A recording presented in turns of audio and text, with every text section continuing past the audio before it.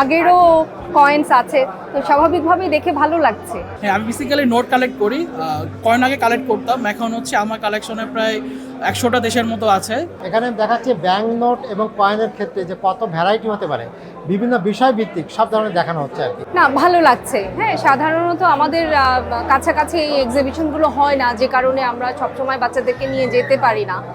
আর আমরা যারা নিজেরাও কয়েন এবং নোটসের প্রতি সামান্য একটু আগ্রহ আছে, তাদের জন্য তো এটা বড় একটা বিষয়।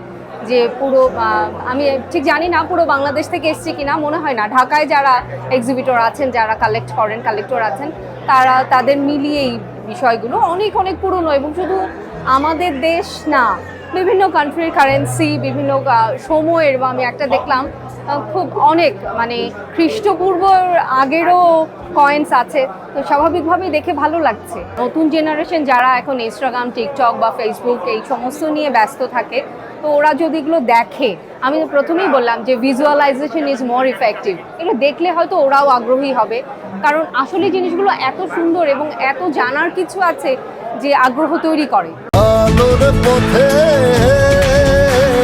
নতুন বিষয়, বিভিন্ন দেশের কারেন্সি দেখা যাচ্ছে এবং অনেকজনের বিভিন্ন টাইপের থিম আছে, সেই থিমগুলিও খুব ভালো লাগতেছে। আর আমি যেটা বলবো, এইসব জিনিসের যাতে মানে প্রচার করা হয় যে অমুক দিন অমুক জায়গায় হচ্ছে, বা একটু বিজ্ঞাপনের মতো দেওয়া হয়, তাহলে এটা খুব ভালো হয় আর কি। আচ্ছা, আমার প্রোগ্রামটা এসে খুবই ভালো লাগছে, কারণ বাংলাদেশের বা বিশ্বের বাইরে যে এই পরিমাণ কালেকশন হতে পারে, এত ভ্যারাইটিস আসতে, এটা জানা ছিল না। আমি ব্যাপারটা থেকে খুবই অভিভূত, খুবই ভালো লাগছে দেখতে। হ্যাঁ, আমি বেসিক্যালি নোট কালেক্ট করি। কয়েন আগে কালেক্ট করতাম, এখন হচ্ছে আমার কালেকশনে প্রায় 100টা দেশের মতো আছে।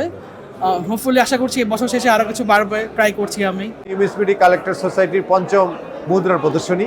এই প্রদর্শনীর মাধ্যমে আমরা আসলে দেশ বিদেশের অনেক মুদ্রা, বিশেষ করে ধাতব মুদ্রা এবং ব্যাংক নোটের একটা সমাবেশ ঘটিয়ে আমরা বিভিন্ন দেশের ইতিহাস, ঐতিহ্য, শিক্ষা, সংস্কৃতির একটা বিষয়কে আমরা সবার সামনে তুলে ধরি। এটা একটা আনন্দের বিষয়।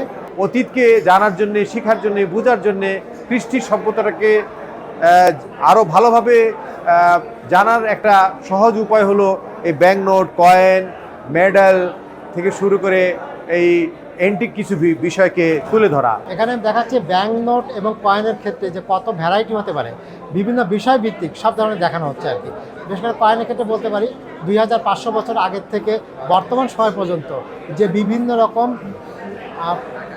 বৈচিত্র্য আছে, বিভিন্ন কালের বিবর্তনে কয়েনের যে পরিবর্তন হয়েছে, সেইগুলো কিন্তু সব এখানে তুলে ধরা হয়েছে। আমাদের তো ওয়ার্ল্ড সব দেশেই আছে, কিন্তু আমরা তো আসলে দেশের থেকে বিষয়ের পরে গুরুত্ব দেই বেশি, কোন বিষয় ভিত্তিক। যেমন আমার বোর্ডের আপনার সামনে আছে বিশ্বের বিলুপ্ত দেশের মুদ্রা, এটা হলো একটা সাবজেক্ট।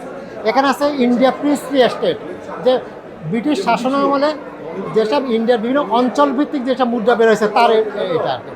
এটা হলো প্রাচীন যুগে বিভিন্ন অস্বাভাবিক যে মুদ্রাগুলো ছিল সেটা নিয়ে। এবং এখানে দেশটা ফ্যাক্টর হলো আমি কত বিষয়ভিত্তিক যেতে পারি আর কি। এখানে সব বিষয়ভিত্তিক দিয়ে কভার করা হয়েছে, যার কারণে একজন দর্শক সব ধরনের ফ্লেভার পাবে এখানে আসলে। আচ্ছা, আমরা এখানে যে প্রদর্শনী করছি তার মধ্যে মূল থিমটা হচ্ছে আমরা এখানে বেঙ্গল সুলতান, মানে হচ্ছে বাংলার যে স্বাধীন সুলতান যারা ছিলেন তাদের মুদ্রাগুলোকে বিভিন্ন আঙ্গিকে দেখানোর চেষ্টা করেছি। পরবর্তীতে বাংলাদেশে যে ব্যাংক নোটগুলো রয়েছে, এই ব্যাংক নোটগুলোর ভেতরে যে নোটগুলো রিপ্লেসমেন্ট ইস্যু, সেই নোটগুলো আমি দেখানোর চেষ্টা করেছি। পাশাপাশি কিছু বাংলাদেশের দুর্লভ স্পেসিমেন নোট দেখিয়েছি। আমি দুইটা থিম বেস করে আমি ডিসপ্লে শো করেছি। একটা হচ্ছে জার্মান নোটগাল সিরিজ, আর হচ্ছে ফ্রান্সের ওয়ান ডেনো, মানে ফ্রান্সের এক মূল্যমানের নোটগুলো, যে হচ্ছে প্রথম বিশ্বযুদ্ধ সময়কার নোটগুলো। এটা হচ্ছে সিরিজ আকার দিয়ে আছে প্রতিটা নোটেরই। যেমন বার্লিনের 20টা নোট মিলিয়ে একটা সিরিজ হয়েছে, এখানে 5টা নোট মিলে একটা সিরিজ হয়েছে। জার্মানির খুব প্রখ্যাত একজন চ্যান্সেলর বিসমার্ক নিয়ে একটা থিম তৈরি করা হয়েছে, 5টা নোটের একটা সিরিজ। এই নোটগুলো তৈরি করা হয়েছে প্রথম বিশ্বযুদ্ধের পরে 1914 থেকে 24 সালের মধ্যেকার নোটগুলা। তো এগুলো খুব ছোট ছোট মুদ্রাগুলা, 25, 50, 75, 1 টাকা, 2 টাকা, 5 টাকা এই টাইপের ছোট মুদ্রাগুলো তৈরি করা হয়েছে।